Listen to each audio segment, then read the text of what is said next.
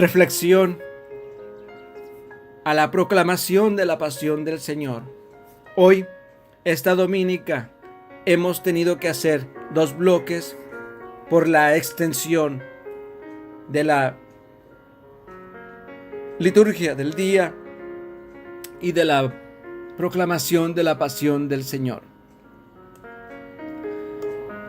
Verdaderamente que no hace falta ni reflexión para esta dominica, pero sin embargo trataremos de meditar y reflexionar sobre la pasión del Señor. Ha sido un relato que simbra hasta lo más hondo de nuestro corazón si le vamos tomando el sentido auténticamente cristiano al mensaje del Santo Evangelio. Recordamos, hoy es Domingo de Ramos.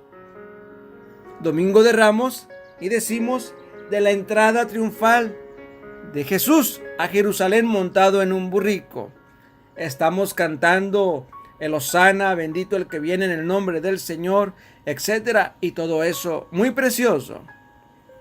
Dentro de un marco, de un ámbito de alegría, porque viene el Mesías a su pueblo. Pero nos encontramos también con estos sentimientos encontrados después en el relato de la pasión, que ya nos abre esa puerta grandísima para llegar a la Semana Santa o a la Semana Mayor o a la Semana Grande, al tiempo litúrgico más fuerte que nos presenta la Iglesia es este tiempo de la Semana Mayor. Comienza la pasión del Señor, llegada la hora cuando Jesús se sienta con sus discípulos a la mesa y comienza la institución de la Eucaristía. Es el momento más sublime, más grande, porque dice que hasta que volverá a tomar el fruto de la vida hasta que venga el reino de Dios. Hace la alianza una vez más con toda la humanidad. Ya no son solamente algunos, sino es la alianza hecha por vosotros. Y después sale al monte de los olivos, como era su costumbre, entonando salmos, cantando, y él llega ahí a ese lugar que las escrituras nos mencionan, de que sale al monte de los olivos para orar. Entonces, ahí nos va dando la narración de que dice, cuando él se retira a orar un poco más lejos de donde se quedan sus apóstoles, sus discípulos, les dice también que oren y que velen para no caer en tentación. Y él se retira, como era su costumbre, y lo siguieron los discípulos. Al llegar les dijo, quédense y orad para no caer en la tentación. Él se arrancó como a un tiro de piedra y nos narra el Santo Evangelio que se le apareció un ángel que lo animaba, porque su sudor parecía sangre que llegaba hasta el suelo. Después de esto viene la traición también de Judas. La pregunta del Señor es, Judas, ¿con un beso entregas al Hijo del Hombre? Sucesivamente nos vamos dando cuenta cómo estamos nosotros siendo testigos. Se puede decir inclusive que si vivimos realmente como es la pasión del Señor, sentimos que nosotros mismos estamos viviendo ese momento preciso en el cual Judas lo está entregando. Hoy en día, ¿cómo lo entregamos? Con nuestras actitudes, con nuestras acciones, con nuestras faltas y a veces con nuestra falta de fe y con nuestra indiferencia. Es ahí donde lo entregamos. Seguimos. A él se lo llevaron y lo hicieron entrar en la casa del sumo sacerdote, y ya le había anticipado a Pedro que Pedro lo negaría 3 veces. 3 veces lo negó. Todavía estaba hablando cuando cantó un gallo.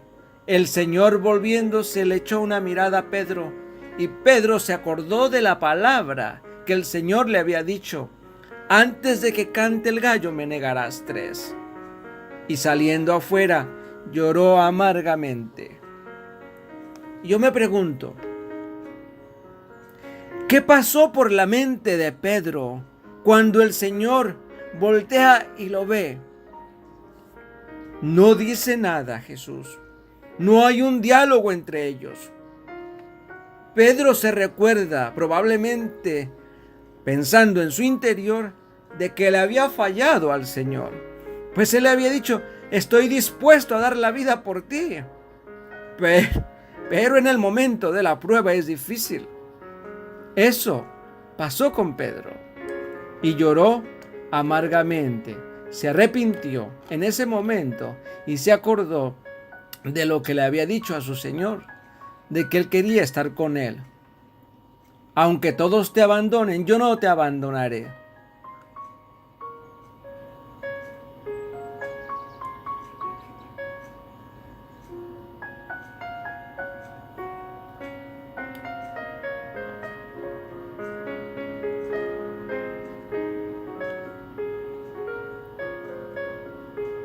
Jesús comienza el drama de la pasión. Es abofeteado, azotado, juzgado por los letrados de aquel tiempo, por los sumos sacerdotes que habían enardecido a la chusma, que así lo dice con sus propias palabras también el Santo Evangelio ahí, y empezaron a meter cizaña para que fuera Jesús condenado. Si Pilato dijo a los sumos sacerdotes de la turba: no encuentro ninguna culpa en este hombre, pero ellos insistían con más fuerza diciendo tanta cosa. Herodes y Pilato se hicieron amigos en aquel tiempo porque antes no se llevaba bien. ¡Qué barbaridad! Él nos dice el Santo Evangelio de hoy que le daría un escarmiento y lo soltaría, porque él quería salvar a Jesús. Pero sin embargo la turba embrutecida dice: fuera ese, suéltanos a Barrabás. Ya nos dice la narración y todo, ¿verdad? Crucifícalo, crucifícalo. Es que él no ha hecho ningún mal. Y después vamos una vez más. Los malhechores, el diálogo entre los malhechores es impresionante. Ni siquiera temes tú a Dios estando en el mismo suplicio. Y lo nuestro es justo, porque recibimos el pago de lo que hicimos. En cambio, este no ha faltado en nada. ¡Qué maravilla! Que uno de los malhechores reconoce que Jesús es Salvador. Que verdaderamente Jesús era el Hijo de Dios. Y le dice: acuérdate de mí cuando estés en tu reino. Jesús le dice: yo te aseguro que hoy mismo estarás conmigo en el paraíso. Es un bello relato de la pasión, pero cuando nosotros también lo vivimos como tal y lo hacemos parte de nuestra vida, lo esencial, que tenemos que reconocer que estamos viviendo esta semana de dolor, esta semana de la entrega de Jesús, esta semana donde a Jesús es hecho prisionero y donde Jesús estará pasando toda esta prueba por nosotros. Y cuando a nosotros nos llega la prueba, el dolor, la frustración, la soledad, la angustia, el sufrimiento, la calamidad, miramos hacia el cielo probablemente, pero no para dar gracias a Dios, no para estar en silencio, sino para reclamar y gritar, porque a mí pareciera que estamos cantando el salmo que hemos proclamado hoy: Dios mío, ¿por qué me has abandonado? Y no es eso. Es que Dios quiere que volvamos la mirada hacia Él.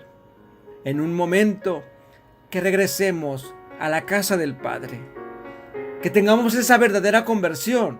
Y qué mejor hoy, este Domingo de Ramos, prepararnos para vivir esta Semana Santa como Dios quiere que la vivamos. Durante estos días anteriores hemos compartido mucho, estar hablando mucho, estar haciendo hincapié mucho en la oración, en el ayuno, en la ofrenda o la limosna que la iglesia nos pide. Pero ante todo, que seamos misericordiosos, que seamos compasivos, que seamos generosos, que perdonemos de corazón, que verdaderamente demos un total perdón a aquellos que nos han ofendido, así como Jesús dice en la cruz: Padre, perdónalos porque no saben lo que hacen. Hoy es un buen tiempo, es tiempo de reconciliarnos con el hermano. Si es de sangre, qué mucho que mejor; si no es de sangre, mucho mejor, más valedero. Entonces, es un momento de entrar en diálogo recíproco con Dios, en esa relación paterno-filial, como de padre a hijo, de criatura con su creador. Momento de estar frente a frente con Jesús y de estar ahí en el huerto de los olivos, orando con Él. Estar en el pretorio consolándolo en ese momento en que Él está siendo castigado, latigado. Y también cuando será coronado en un momento después de que es latigado. ¿Por qué no estar allí en ese lugar? ¿Por qué no acompañarle en su pasión? ¿Por qué no acompañarle en este doloroso momento? ¿Por qué no consolarle? ¿Qué estoy haciendo yo para consolar el corazón divino de Jesús? Jesús sufre, pero ¿yo qué estoy haciendo para consolarle? Y al decir consolarle, es lo que hago con mis hermanos.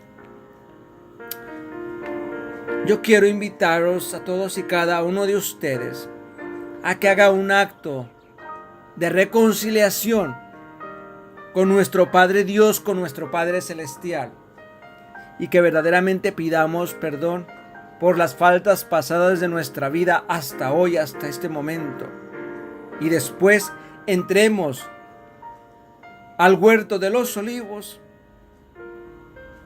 a estar a solas con Jesús. Y desde lejos, ojalá y que no nos durmamos ahí en el huerto de los olivos como sus discípulos, que los dejó a un tiro de piedra y se durmieron, sino que estemos orando y vigilantes, porque no sabemos ni el día ni la hora. Vayamos al pretorio con Pilatos. Estemos por lo menos desde lejos, pero no formando parte del show, ni viendo cómo se le castiga, sino que nosotros consolemos. Y en este momento, en esta semana que estamos celebrando la Semana Santa, visitando a los enfermos, visitando a los presos, vistiendo al desnudo, abrigando al forastero, dando posada al peregrino, haciendo todas estas obras de caridad, compartir mi comida con el hambriento, dar de beber al sediento, y recordad una vez más las palabras del Evangelio: cada vez que lo habéis hecho con uno de los más pequeños, mis hermanos, a mí mismo me lo habéis hecho. De esa manera consolemos a nuestro Señor, que comenzó en estos días, en este momento. Él comienza su agonía. Tratemos de conllevar su agonía también nosotros, haciendo lo que nos corresponde a nosotros como hermanos, en nuestras diferentes comunidades, en nuestros apostolados. Salgamos afuera de nuestras iglesias y vayamos a los que están sufriendo, a los que están siendo discriminados, a los que se les han puesto etiquetas, a los que hemos hecho a un lado, a los que los sentimos nuestros enemigos. Es momento de volver atrás, es momento de tender la mano al que sufre, es momento de dejar nuestra zona de confort, de hacer una evangelización nueva, porque Jesús sufre en su carne, sufre su angustia, sufre su dolor, pero aún así encuentra palabras para decir: Padre, perdónalos porque no saben lo que hacen. Esas palabras retumban en nuestros oídos todavía y son actuales. Porque hoy al pecado del aborto se le ha cambiado el nombre muy bonito. Se llama interrupción del embarazo. Pecado es pecado y se acabó. Tenemos el pecado también de la sexualidad desenfrenada, de la pornografía, etcétera, tantas cosas. Escucha las palabras de Jesús que nos dice: Padre, perdónales porque no saben lo que hacen. Es un buen momento para reflexionar en mi propia vida. Tiempo de cambio, tiempo de regresar a la casa del Padre, tiempo de ir al encuentro con nuestro Salvador y estar con Él en el pretorio, donde está siendo azotado. Lo están castigando, se burlan de Él, le hacen muecas, le hacen visajes, pero Él no profiere ninguna palabra. Yo los invito a todos y cada uno de ustedes a que sigamos al Señor Jesús meditando en estos días que son un poco difíciles, pero para todos son difíciles.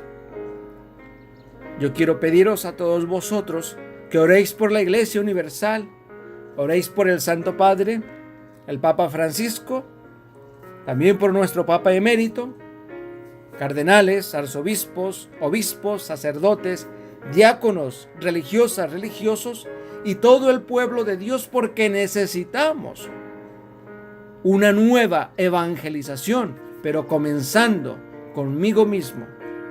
Que Dios nuestro Padre misericordioso, en su gran misericordia, tenga bondad de nosotros y nos acompañe en cada momento de nuestra vida, y que verdaderamente comencemos la Semana Santa viviéndola, sintiéndola y haciéndola propia, haciéndola nuestra. Que el Señor nos bendiga en el nombre del Padre, del Hijo y del Espíritu Santo. Amén.